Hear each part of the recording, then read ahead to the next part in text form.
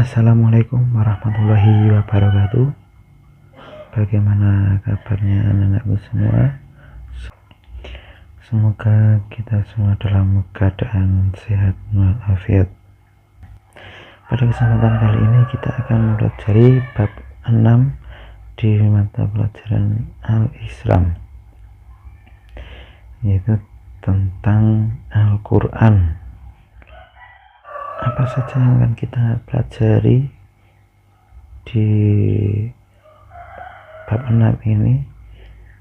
Yang pertama yaitu tentang surat Al-Alaq, surat At-Tin, surat Al-Insyirah, surat Ad-Duha, dan tajwid yaitu Qalqalah.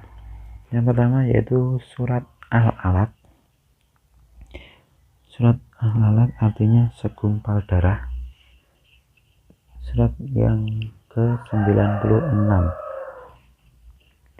Surat ini terdapat 19 ayat, termasuk surat Makkiyah, diturunkan di kota Mekah. Di dalam surat Al-Alaq ini ayat 1 sampai 5 adalah surat atau ayat yang pertama kali diturunkan kepada Nabi Muhammad SAW di Gua Hira pada bulan Ramadan. Jadi pada saat itu ayat 1 sampai 5 adalah merupakan wahyu yang pertama diterima oleh Nabi Muhammad.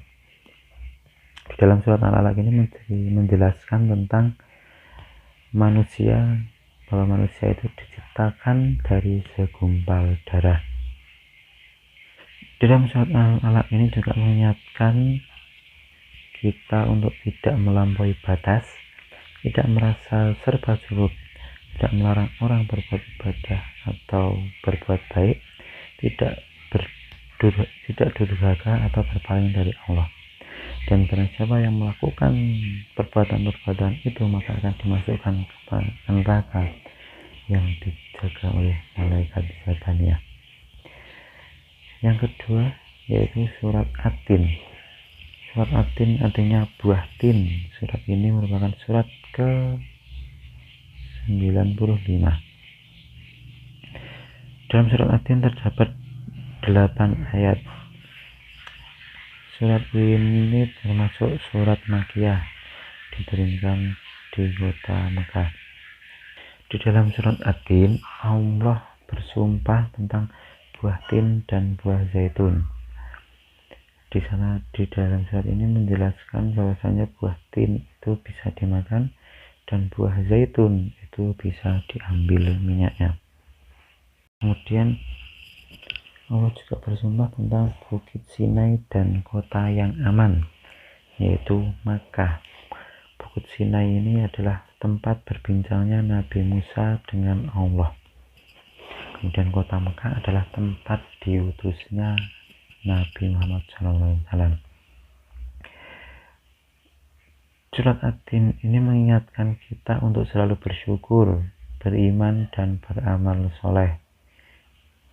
Karena siapa yang tidak melakukan perbuatan itu akan ditempatkan di tempat yang serendah-rendahnya, yaitu di neraka. Yang selanjutnya surat Al-Insyirah. Surat Al-Insyirah adalah artinya kelapangan. Surat ini adalah surat urutan yang ke-94. Terdapat 8 ayat. Surat ini termasuk surat Makkiyah, diturunkan di kota Mekah. Surat Al-Insyirah diturunkan untuk menghibur kesedihan dan beban Nabi Muhammad SAW dalam berdakwah. Kemudian dalam surat Al-Insyirah ini Allah berjanji akan meninggikan nama Rasulullah di dunia dan akhirat dan memberi kemudahan dalam setiap kesulitan yang dihadapi Rasulullah SAW. Dalam surat Al-Insyirah ini kita diperintahkan untuk berusaha dan berharap kepada Allah. Jangan pernah berputus asa. Jika kita telah melaksanakan urusan dunia, maka segeralah kita melanjutkan atau mengejar urusan akhirat. Dan yang paling terpenting dalam surat Al-Insyirah ini yaitu setiap kesulitan pasti ada kemudahan. Inna ma'al usri yusra. Yang selanjutnya surat Ad-Duha. Surat Ad-Duha artinya waktu duha. Surat ini ke-93, terdapat 11 ayat.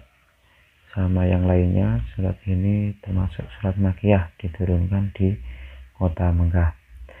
Dan surat Ad-Duha, Allah bersumpah dengan waktu duha dan waktu malam yang sunyi. Allah meyakinkan tidak meninggalkan Rasulullah dan tetap melindunginya. Allah akan memberi petunjuk dan kecukupan kepada Rasulullah. Dalam surat Duha ini Allah melarang kita untuk tidak sewenang-wenang kepada anak yatim, tidak menghardik orang miskin atau orang peminta-minta. Dan kita diwajibkan atau diharuskan untuk selalu bersyukur atas semua yang telah diberikan kepada kita. Yang terakhir yaitu tentang bacaan tajwid qalqalah. Qalqalah apa saja hurufnya? Ya, hurufnya ada huruf ba, jim, dal, to, dan qaf.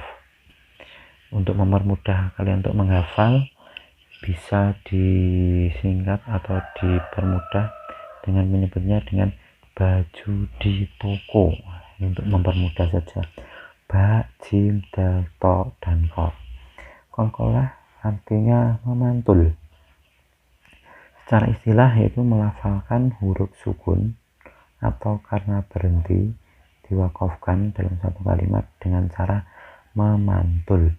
Macam-macam qalqalah ada dua, yaitu yang pertama qalqalah sugro.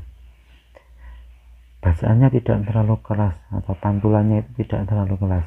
Untuk cirinya apabila huruf qalqalah berharokat sukun asli dan berada di tengah kalimat, maka ini termasuk qalqalah sugro.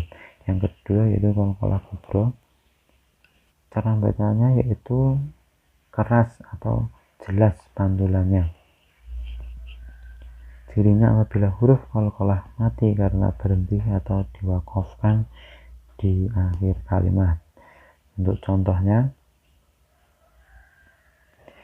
yang pertama yaitu lam yalid. Nah, ini kan terdapat dalam surat Al-Ikhlas. Lam yalid walam yulad. Nah, berbeda dengan yang di akhir atau di akhir ayat atau ketika diwakafkan. Lam yalid biasa, berbeda dengan yang di bawahnya yang huruf qaf di akhir ayat atau karena berhenti atau karena wakaf. Khalaqal insana min 'alaq. Ada pantulannya lebih. Khalaqal insana min 'alaq. Jadi berbeda antara sugro dan kubro. Untuk selanjutnya nanti bisa dilihat di buku, ada contoh-contoh huruf yang lain, ada huruf ba, jim, dal, to, dan qaf yang lain. Selanjutnya yaitu tahapan belajar. Untuk masuk tahapan belajar, karena ini pembelajaran Al-Quran, yang pertama kalian bisa membaca secara mandiri, kemudian nanti menulis surat, masing-masing surat. Untuk yang bacaan tajwidnya tadi tidak usah, yang ditulis hanya suratnya saja. Kalau sudah menulis ada 4 surat, nanti yang ditulis 2 yang pertama dulu, yaitu surat Al-Alaq dan surat At-Tin. Kemudian setelah menulis, kalian nanti bisa mengumpulkan di Google Classroom. Nanti saya buatkan tempat tersendiri untuk mengumpulkan tulisan. Kemudian yang terakhir yaitu menghafal.